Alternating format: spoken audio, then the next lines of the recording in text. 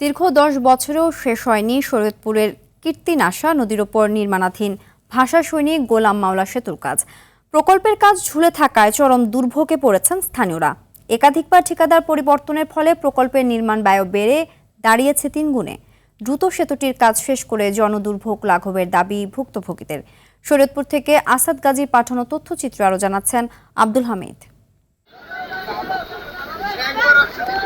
শরীয়তপুরের নড়িয়া উপজেলা সদরের পাশ দিয়ে প্রবাহিত কীর্তিনাশা নদীর ওপর ২০১৭ সালে ১৪ কোটি টাকা ব্যয়ে ১৪৫ মিটার সেতু নির্মাণের উদ্যোগ নেয় সরকার।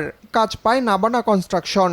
২০১৯ সালে তারা ৩.৫ কোটি টাকা নিয়ে কাজ ফেলে চলে যায়। এরপর ২০২১ সালে কোহিনুর এন্টারপ্রাইজকে প্রায় ২৯ কোটি টাকা চুক্তিতে কাজ দেওয়া হলেও ১০ কোটি টাকা নিয়ে তারাও লাপাত্তা হয়ে যায়। তৃতীয় দফায় ২৪ কোটি টাকায় চুক্তিবদ্ধ করা হয় নতুন ঠিকাদারি প্রতিষ্ঠানকে।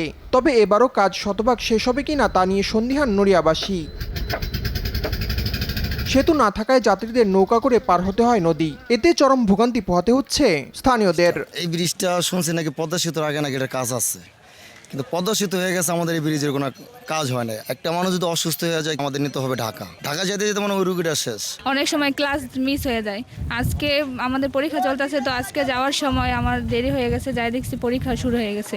আতঙ্কে থাকতে হয়, কখন আবার দুর্ঘটনা হয়ে যায়। নৌকার জন্য বেশ কিছুক্ষণ ওয়েট করতে হয়, লোকজন হলে তারপর নৌকা ছাড়ে, এই জন্য আপনার সময়ের মেনটেনটা করা কষ্ট হয়ে যায়। দৃষ্টি আকর্ষণ করছি আমি সাধারণ ক্ষুদ্র একটা নাগরিক হিসাবে যে ব্রিজটা দ্রুত সময়ের ভিতরে যেন হয়ে যায়।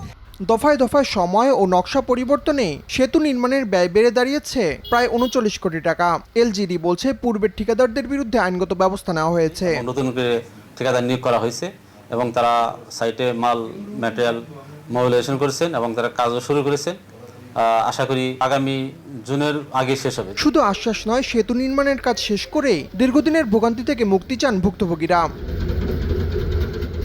আব্দুল হামিদ, RTV।